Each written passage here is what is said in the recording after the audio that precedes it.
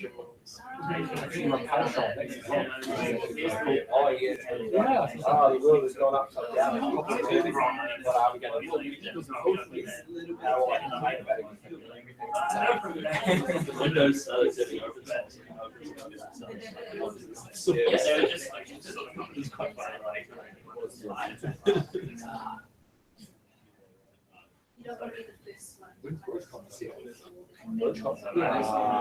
it's like a week Okay, hey everyone, welcome along to the OWASP meetup. Thanks for coming. Apologies if you were on a wait list and only just found out you could come today, but it's great that you were able to come. So first off, what is OWASP? So OWASP is it's called the Open Web Application Security Project. It's basically a collection of guidance on how to write secure software. It started off primarily around web security, and now there's more and more stuff up there on the OWASP website. The flagship project is probably the OWASP Top 10, which is a list of the top 10 web security issues that have been found around the place, and we're actually going to do an intro to that in a couple of months, hopefully in conjunction with the PHP user group. But other projects they've got code libraries of various quality, testing tools, vulnerable websites that you can practice finding security issues on, as well as tons and tons of documentation hidden on their website. It's quite hard to find, but there's lots of stuff hidden on there. Today Mike's going to be talking about the OWASP Mobile Top 10, which is, he'll talk about it, but it's the mobile security sort of top issues that have been seen by people in industry. It's an introductory talk, so we are sort of assuming no prior knowledge here. So if you're new to mobile or you're new to security, hopefully you'll be able to get something out of it. So please don't feel afraid to ask questions at any time. Just stick your hand up, and if you need clarification or anything like that, because the goal is to help you learn. Not to baffle you. So hopefully that works out well. No pressure, Mike. Cool. So what else? I'm streaming this to YouTube, so if you do say anything, please be aware that it will be recorded. If that's an issue, if you don't want a video picture of you on YouTube, don't stand sort of in this area, and maybe, I don't know, submit your questions by paper. What else? Oh, in case of a fire, there's the elevators are just out there. There's stairwell on either side. Just keep going to get to the bottom. There is also toilets just in the stairwell on the right-hand side of the elevators. You might find it hard to get back in, so either leave the door ajar, or hopefully I can stand and see how long you take in there. Promise not to judge. Yeah, so cool. Over to me to introduce Mike. So I've known Mike for, I don't know, 5 or 6 years. We worked together for a while at Aura Information Security, and now he's working for Insomnia. He's a security specialist there. I think he might even be a principal, something, which means that he's amazing and you should fall in love with him on a purely security basis. His job at Insomnia, he does test applications for their clients and looks for security issues, and that's probably the fun part, and then he writes them up in a report, and I assume that's probably the boring part. So he should hopefully be able to draw on his experience.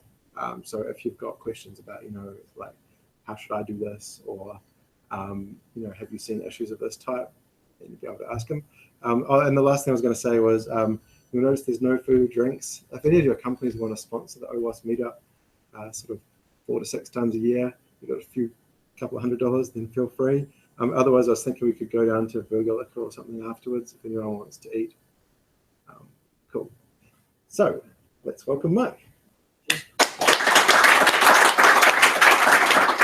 All right, thanks for coming, everybody. So yeah, like Kirk said, I work for Insomnia. I like to think of myself as a bit of a security tourist, explore a network and just take photos of all the horrible bits and send them to you in a report.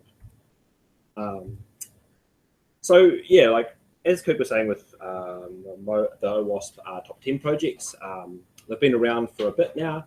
The web app one has been around since 2003. Sorry, would you be able to unscreen share your current screen and rescreen share that screen? Oh man, Because you're sharing this one on Hangouts, not that one. what's the difference? Oh, no, is that my screen?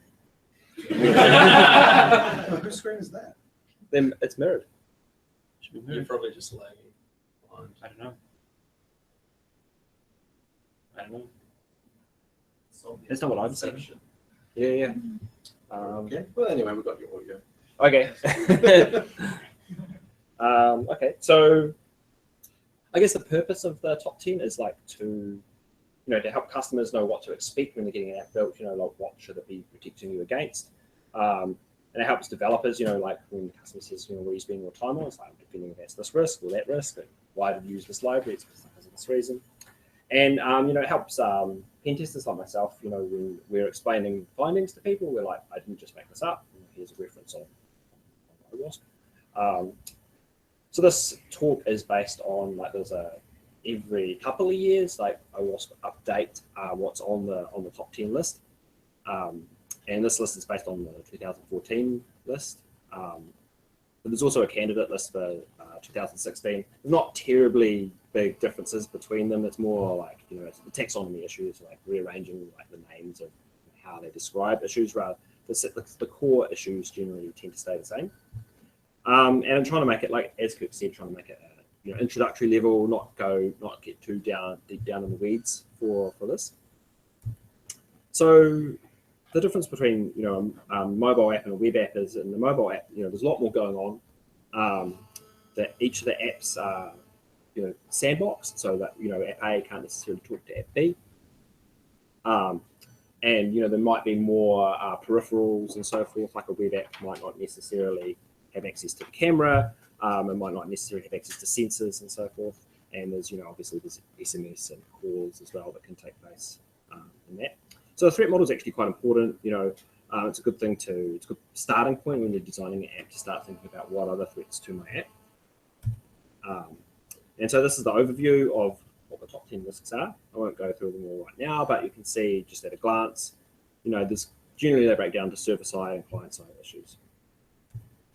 So in terms of server-side, we're going to be looking at, in a typical mobile application, you're going to have, it's going to be an API that talks over HTTP to a server. So it's going to be very similar to a web application in that sense. You're going to have the similar kinds of issues that you would have in a web application or a web API. In terms of client-side issues, so compared to a mobile app, so compared to a web app, a mobile app has much richer client features, and so there's a bunch of mitigations, around those features. So here's a typical threat model. That you might list the threats for client-side issues. So can the attacker get access to locally stored credentials? In a browser, kind of depends on how the browser's set up. Chrome, they're not encrypted, and Firefox, they are. In a mobile app, you have keychain, to store credentials. In terms of browser, in terms of peripherals, you might have access to the camera or the GPS and whatnot. You're going to get browser warnings in that. That's not really something that the app developer necessarily is going to be taking care of. But in a mobile app, there's a set of permissions where you actually have to explicitly set that. And again, so for locally stored data, in a web app, there's not terribly much you're going to be doing about that, except for caching headers. But there's much more going on client side on the mobile app, so you can take care of more of it there. Again, networking issues, you don't have a URL bar, so there's not as much as obvious to the user, so you do tend to see a bit more problems with clear text transmission of data. In terms of client-side issues, it's kind of less of an issue in mobile apps, in my experience, client-side issues. So we're talking cross-site scripting basically, but there are still mitigations that you can apply for that. And in terms of problems with malware, I guess, a man in the browser, famous one is like the Zeus Trojan, banking Trojans and stuff like that. Web app mitigations is me. Like, what are you going to do? There's not much that they really provide you for that. But in a mobile app, it's kind of built into the whole environment, into the OS and the sandbox, and going to protect you against that. But it's not really necessary to develop a configurable, but we will touch on that in a minute. So the risk number one is like weak server-side control. So this is, again, it's very much like pen testing like a web app or a web API. You may have problems with injection, so SQL injection, LDAP injection, command injection. Again, we're looking at what the user input is, can they escape out of the query, that kind of thing. You could have issues if the API accepts XML. If you're parsing the XML, you might have heard of XXE, like XML external entity. So that's you parse some XML. The XML parser allows you to like read local resources, like you might be able to read a file, or you might be able to induce server-side request forgery. You might be able to induce the XML parser to go and make a request off to my server. So you see that quite a bit in XML parsers. It's quite a common one. The other one is like insecure direct object references. So you might have a bunch of identifiers, and you can just, in the API calls like identifier 1, identifier 2, you can just iterate over the whole key space and find items, like find resources that you should be able to access. Hopefully there's no directory traversal. That would be bad, and hopefully it's an issue that's well taken care of. And there can be problems with like API rate limits if you're able to scrape the whole site or scrape all the resources. The screen share. Yep. So does anyone have any questions for Mike where he's up to at the moment?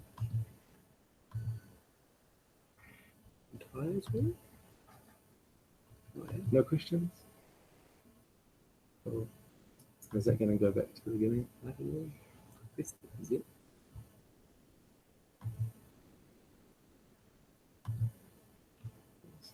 Is that better? Sorry. That's cool. Oh, yeah, sure. Did you understand a shoulder width to your right?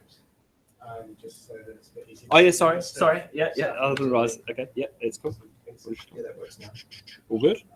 Alrighty, sweet. So an example of a weak server-side control, there was a bug bounty for Uber. And these guys, what they were able to do is there was promotion codes, and the promotion code had a small key space to search, and they searched the whole key space, and they found that you could find some of these promotion codes, and some of them actually had quite a high value, like there were $100 or so promotion codes. So they got bug bounty payout for that one. The next one, the next risk number 2 is insecure data storage. So that's where you're storing stuff in the local SQLite database or on the file system when you should be using the keychain. That's essentially what that's talking about. The other way that can happen is file permissions. So in the example I've got here, everyone's nemesis, I guess, is if you're building an application, would be Tavis Umwundi, and he was able to I think Lookout is a mobile security application, and the system database was world writable. So he's actually able to leverage that to gain a code execution in that application. So yeah, world readable files. It's a pretty obvious kind of thing, but it does occur. So does that mean that one app on the phone will be able to read the files from another app? Yep. Or in this case, write to the files from another app as well. So instead of doing that, you should either not store it on your phone, not store data on the phone at all. Yeah, so I guess there's 2 kind of main issues. One is what do you store? Don't store it in the SQLite database if you don't have to, and if you do have to store it and it's sensitive, store it in the keychain.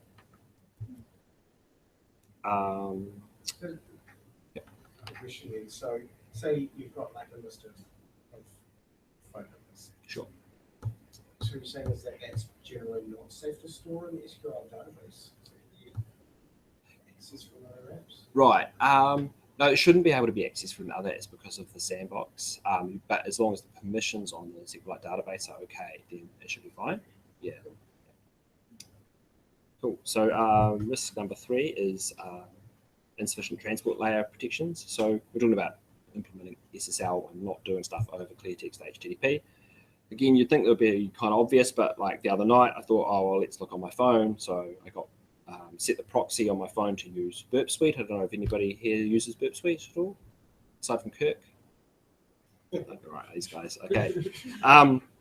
So actually, it used to be a real pain in the backside to get Burp Suite to set up on your mobile phone, but now it's super easy. The way Burp Suite's UI has changed.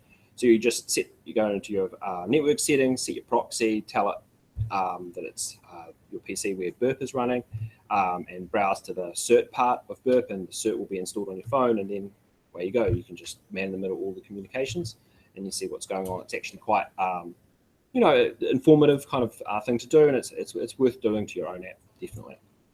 So in this case, this is Pandora merely sending my user ID and my session token in the clear over HTTP across the network. So yeah, thanks Pandora, that's helpful.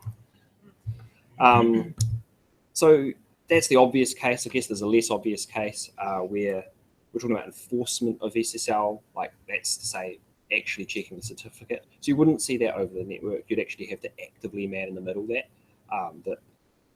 you'd actually have to like produce your own self-signed cert and see if it could still connect. And the other way to check that is to actually have a look at the application source code. So in this instance, thanks Stack Overflow, we've got someone who's complaining that they're submitting their app to the Play Store, and Google actually checks this now. They will reject the app if it's doing something like this. So in this case, he's catching an error and then going, well, SSL error, meh, proceed anyway.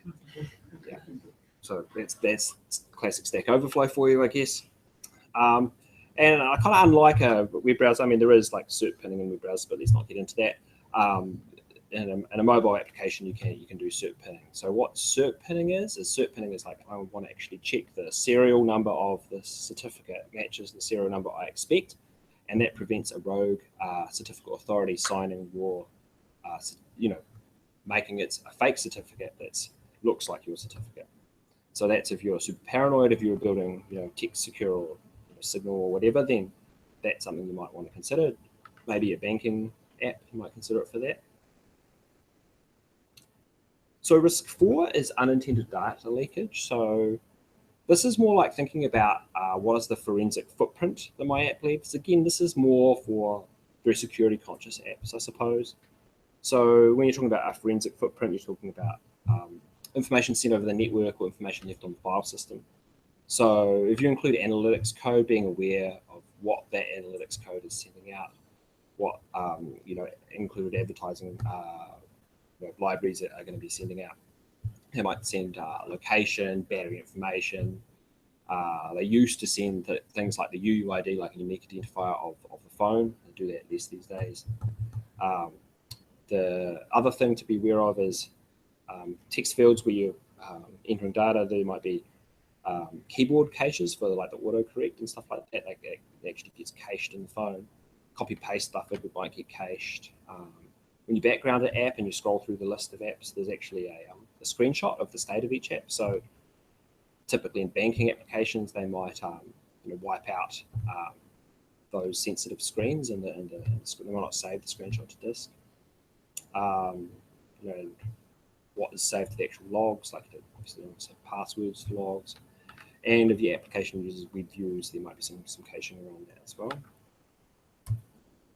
So this was an interesting one. It's actually quite a recent finding of Jonathan Zadarsky. So what he found was in WhatsApp, even though the actual crypto that WhatsApp uses and what sends over the wire is all very sound and uses like a well-established, good crypto. What he found was that even when you choose to delete all your chats, that the chats are not actually deleted from the SQLite database. The application issues a delete command in SQLite, but that all that the delete command does is it schedules something for deletion. It's like deleting something off your file system. It just marks it for deletion and it's overwritten later on. So there's actually a secure delete option that you need to use in SQLite if you want to be sure that it's gone. So that's I guess that's not a well-known one. And I guess it's for an app that needs to be paranoid, really. I mean, your everyday app is not going to necessarily have to care about that. So risk 5 is poor authorization and authentication. So thinking about like the actual server side check for that rather than the client side check. So you want to make sure that every request that you make actually checks the user is authenticated, that they are actually logged in. So checking the session cookie or whatever session identifier you're using, and checking that they're allowed to hit the resource that they're supposed to be, that they're requesting. So that's authentication and authorization. So this was found by an old colleague of mine. He was investigating Snapchat, and what he found was that, if in Snapchat, if you want to send a message to another user, you need to be friends with that user. Otherwise, it just sends them a friend request. So what he found is if you just set, the recipient, so the sender and the receiver, if you just make them the same user ID or username, it would just merely send it through. So you could basically send anybody in Snapchat any message you liked. Just tell them it's from themselves and it's all good. So it wasn't checking that the sender was you? Yeah, it wasn't checking the sender. It just checks if you're friends, and it's like, hey, I'm friends with me. There we go. I think he said 800,000 Insomnia problems. Yeah. I don't know what he said. Who knows? Snapchat. Something dodgy. Yeah. So risk 6 is broken cryptography. The short version is maths is actually kind of hard. And you kind of need to understand what it is that you're trying to do, or at least use things in a kind of well-known way that's known to be safe. As soon as you kind of step outside the bounds of the intention of some of these libraries, then you can come unstuck pretty quickly.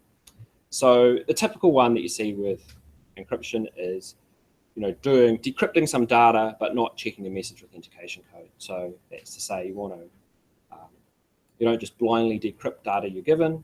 You want to check that the message authentication code matches what you expect it to be, and then you decrypt it, because otherwise someone would have tampered with it. And that's how the padding oracle attack works, is like decrypting data that hasn't been authenticated. Padding oracle is complicated, and we're not going to go now, but I'll look that up for early education. Padding oracle is basically just different actions, so you don't want that. It's bad. Other super common ones is people using 5 or some other deprecated like hash that's no longer safe. Password 5. Most people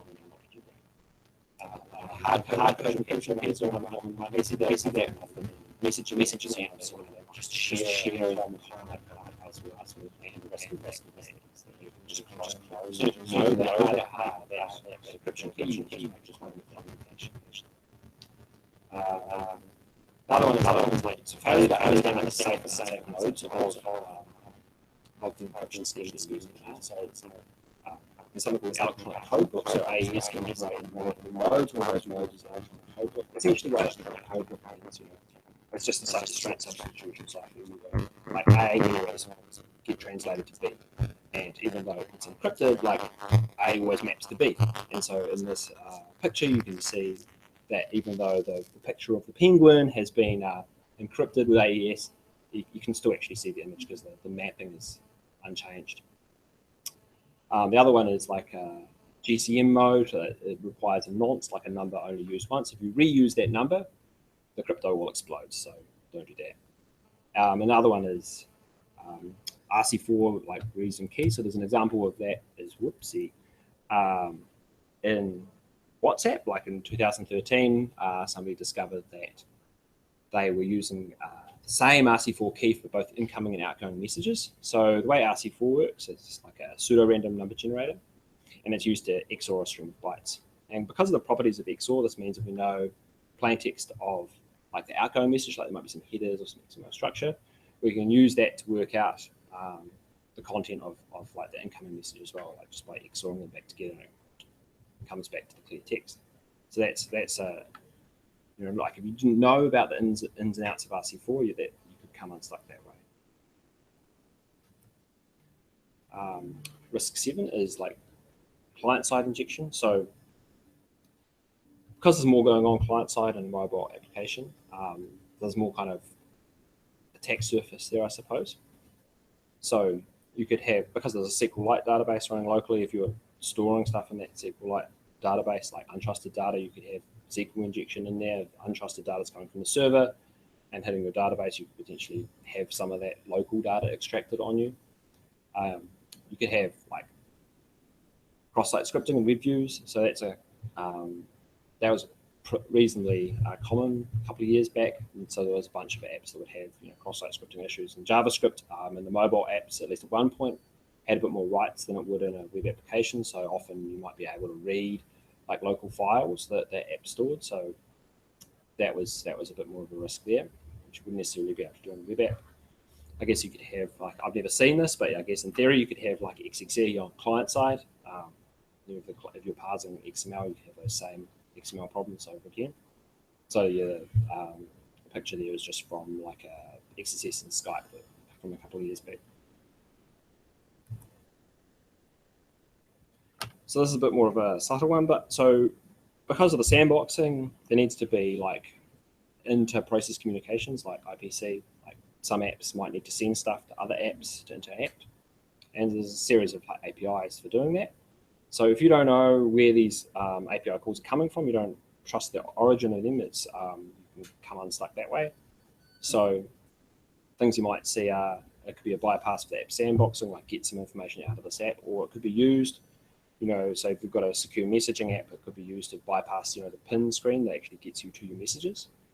So in Android, they have it's like content providers and activities and services. And so if you aren't checking where that request is coming from, that could potentially be an issue. The example here, the PayPal app, clearly quite a while ago from that screenshot, it's like pretty old looking Android there, had a send money activity that was unsecured. So you, like another malicious app on that phone, could potentially like send money to somebody else from your PayPal account. Risk number 9 is like improper session handling. So in a mobile application, like sessions tend to be longer lived and might not necessarily have a lockout mechanism or a log out mechanism. So in web applications, issues you see, you might see session fixation. That's like you visit a page and you log in and the cookie doesn't change after you log in. You might see predictable session tokens where like the session token is something silly, like it's just like the timestamp or like the user ID. Some web applications might just generate a session token client side or generate it in a predictable fashion. And if there's a lack of server side log out, that can be an issue as well. So an example that I saw when I was looking at my phone was like I saw use of OAuth bearer token. And the issue with that, it's not like a major issue. It's just like essentially what it is a static identifier that never changes. So it's like sending the same password on every single request if you're using the OAuth bearer token. And so what that means is if that identifier, that bearer token, is ever disclosed one time, then it's forever good for that user session. So the last one is lack of binary protection. So like OWASP says you should like implement these binary protections. The way I think of it is like anything that's in your app can probably be reversed out of your app. Probably the best bet is not to have that functionality in your app in the first place. So this is a screenshot from a talk Paul Craig did, where what he was able to do was he's obviously fired up the app in IDA, and he's found the URL for the UAT server. And turns out like he was testing a banking app. The production banking app was super secure. UAT banking app was rubbish. And so instead of hacking production, he just hacked UAT. And so similarly, you might find applications that have admin features that are, like there's a client-side check, like you might expect a config file or something like that, and you can enable those admin features if you know what you're looking for. So the best bet is just to like make sure that they're not actually compiled into the production application. So the summary is there's weak server-side controls, and like the example there was like throttling those API requests, brute forcing key space of those vouchers in Uber. There's like insecure data storage. So that's using the keychain for all that sensitive data and watching out for permissions. There's also lack of transport layer protection. So there's protections for that, are like you can do cert pinning. I think iOS 9 introduces like app transport security. I think that what that does is it enforces HTTPS for AJAX calls. I think I heard that was like breaking some applications in some instances. In terms of unintended data leakage, that's more like this forensic footprint of the application. So implementing like the secure delete, watching out for the screenshots and caching in the application. There's also this poor authorization and identification and authentication. So the best way to think about that one is like, rather than doing your testing using the actual app, to actually test directly against the API, because if you're using the app, you might not hit some parts of the API. So yeah, the test for broker cryptography really is kind of manual. There's no like magical way of doing that. You just kind of have to get a sanity check of it from someone that knows a little bit about how the crypto is supposed to work. In terms of client-side injection, which like issues such as like cross-site scripting in the app, and the security decisions from untrusted inputs. We're talking like these activities and content providers that are accepting calls from unauthorized locations, like other applications when they shouldn't be. And so the improper session handling is just a case of using like some well-established code server-side for that session management, not just kind of like rolling your own session management. Session management can be complicated, and it can come unstuck reasonably easily. And yeah, finally, just as I said before, with the binary protections, like basically try and leave any debug or admin features out of the production app. That's it. Cool. So before we get into questions, let's thank Mike.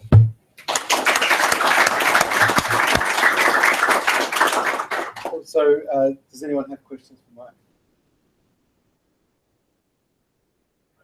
Actually, want to point out, if the part where it says RC4 cube usage, it's actually general issue for all the stream cycles. And RC4 in 2016 probably anyway, it's applied yet. Yeah, true. Yeah. Do you have to approach it slightly differently across different platforms, whether it's Android, iOS, Windows? Yeah, I mean, the OWASP top 10 for mobile is meant to be kind of platform agnostic. I mean, the mitigations obviously are going to be different in iOS versus Android. Yeah. But the same, the idea is it's like here are the principles, and then there's like, platform specific mitigations. Yeah. Question. Sure. From your experience, what are the most prevalent ones? Let's say you have the 10 issues here. What are the most prevalent issues or the most common pitfall making a bit of worry?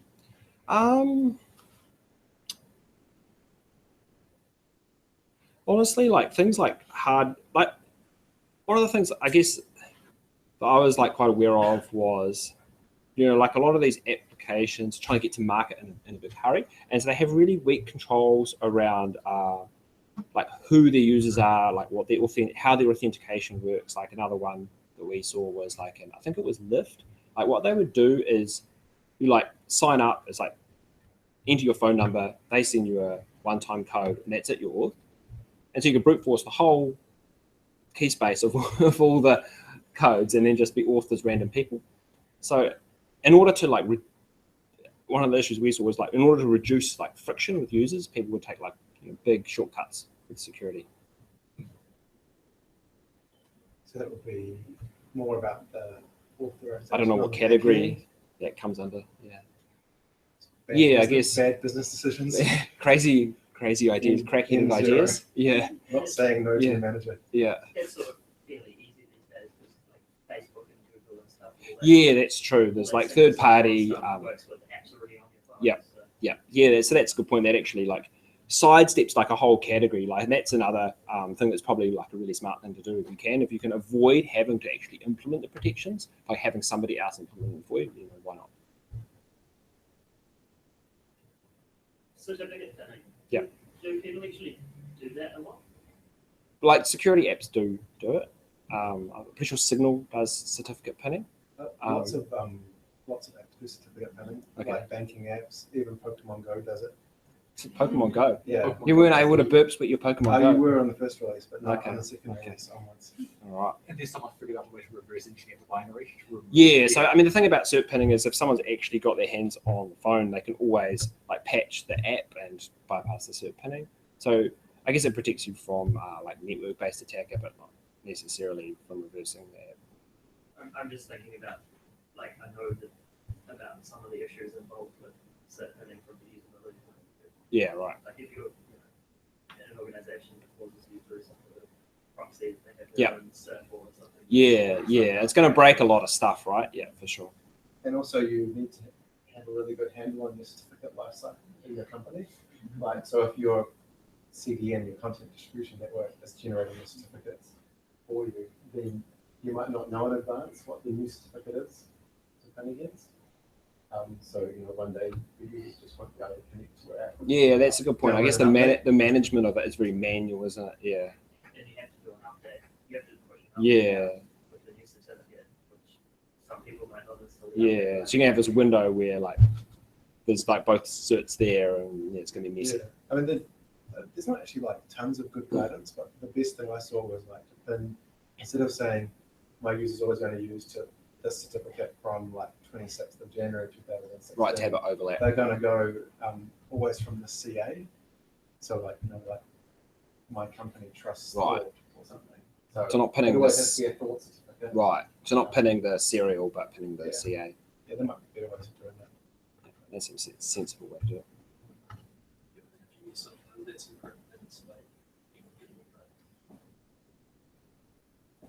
Some of those, like the question about which ones are more common in the real world, some of them are kind of esoteric attacks, but look bad.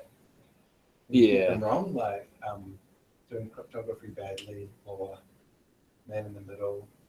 Like, yeah, I mean, hard-coded credentials, like the impact of that kind of it depends really. Like, you know, Yeah. depends on what you're trying to do. And the thing like the SQLite and the screenshot and stuff on the phone, like maybe you're not worried if there's data stored on the user's phone, maybe that's fine. Because, you know, the attacker for that, I guess, is someone stealing the phone Yeah. and being able to get the data off it. Yeah. Which in modern, Yeah. I mean, that's a pretty small risk. Yeah.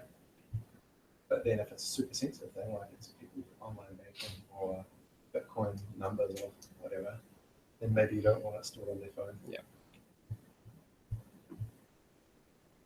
Cool. So, so to spark some more discussion, so how many people here don't have security as part of their job, like job title?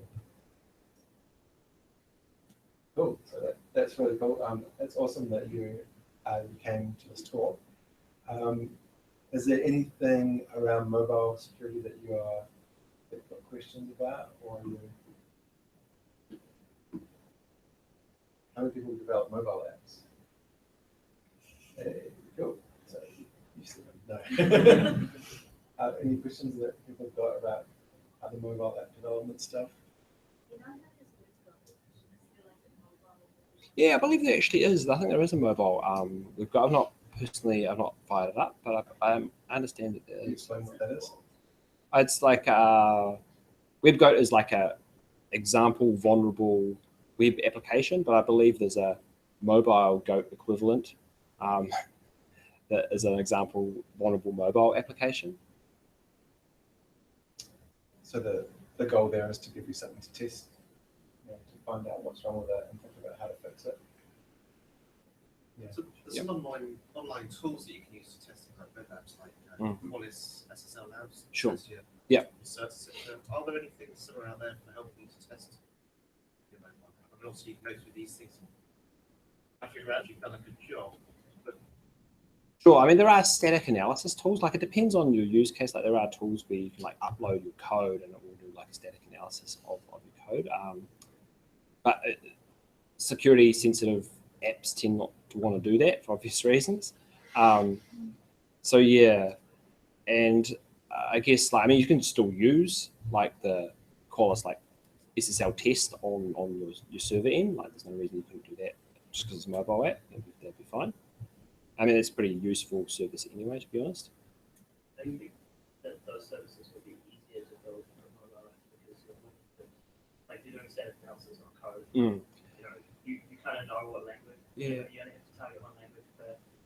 And unless you're building an in-house app, you kind of get that anyway, you know, with the App Store and the Play Store, they both do static analysis of uploaded apps. And so if you do have any real like clanger, you know, terrible kind of decisions, that it probably will catch those. But hopefully. I mean, they try and protect the users of the platform, but it's more around protecting Apple's revenue than. Yeah, I guess so. Cynical. So there is a mobile version of WebGoat which is called Goat Droid, and on the OWASP site it says it has low frequency of updates. Oh, So right. This is a dead OWASP project. Yeah, there's a few dead OWASP projects, Yeah. but it might be good. You never know. Something else like the question around how you can test mobile apps is the server side of it is pretty much like a normal website, so you can test it in all the normal ways because lots of modern apps now do sort of JavaScript calls to API endpoints, which is the same thing you do with a mobile app often. So tools like Burp or the free one, which is called Zap, Z-Attack Proxy. You can test your server side with those tools. But the client side, I guess, is. Yeah, I mean that's probably the best thing to do if you want to actually have a look at how a particular app behaves. There's a free version of Burp. Getting the cert on getting the Burp certificate so you can man in the middle of the traffic onto the device is actually really easy. All you do, you go to proxy settings, change the proxy pointer at your laptop, go to like http://burp, and it'll present you the page. And there's a button that's like install CA cert. You install the CA cert, and that's it. You're done. You're away. And then you can see every HTTP request that's going across. If you're not using HTTP, well, yeah, you're stuck. But other than that, it's all good. What's that stuff? Oh, yeah. Sorry. Two questions. Okay. First one, is CSRF applicable to APIs as well? And also, have you come across any situations where caching has been a security risk, like if you're talking about having encrypted data at rest? Right. I personally haven't. I mean, I've found issues where, to address the caching one first, found issues where there was caching, but I mean, it wasn't particularly sensitive, so it's like super low, to be honest. In terms of CSRF, what you can, I mean, there isn't really CSRF in the mobile environment because you're not like in one browser browsing multiple sites. It's like each app is a separate entity. But what you can have is there might be API calls that are shared or like API endpoints that are shared between the mobile app and the web app. And if you like find one of those that can be a CSRF in the web app, that's what you do see sometimes. Because CSRF is a web browser specific issue to do with cookies, isn't it? Really? Yeah. It's like requests. Yeah. But the caching issue, I think there's been lots of people that have found data cached on their phones. I think when you actually delete that from your phone, does it wipe the whole folder? I remember on Android it doesn't, I don't think. Right, I think on the iPhone it does. Yeah, on iPhone it does. But often there'll be apps where you fix something, delete it in the app, but it's still sitting in that secret light. So what would be an example, I guess, would be like if you go to your, and also sometimes built-in components can do it.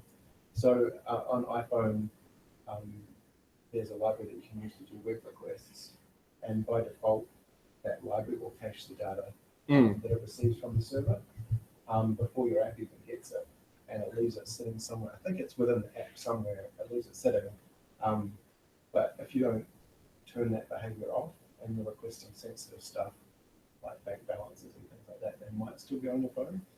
The thing with modern phones is that it's less critical if data's left on the phone. If the user's got a lock on their phone, it's almost impossible to get the data off it without unlocking the phone. Would you say that? We're talking about Android or we're talking about iOS? iPhone, I think, is hard to get the data off. Yeah, so like you need iPhone's to be a definitely government iPhone, yeah. with Yeah. a remote jailbreak or something. Yeah. Android, isn't modern Android encrypted? Not by default, is it? I don't know. My Nexus 5X. Right. Yeah. So I guess only recently, like. They were planning on doing it, but then they basically backtracked. Yeah. Right. Problematic for vendors. Yeah. Yeah, Android seems to be like a few steps behind iOS. Yeah. Because it's a bigger ecosystem. Yeah, there's less control of this. Yeah. Fair. If you haven't updated your iPhone, apparently you really, really, really need to. Yeah. Otherwise, Masada will be up in your iPhone. Yeah, There was a freedom best. fighter type guy that Yeah. was being attacked. It's called Trident vulnerability. Yeah. It's got a name. Yeah. Same. Got to security. How terrible the world become. Cool. That seemed like a healthy amount of questions. So it's probably a good time to wrap up. So let's thank Mike again.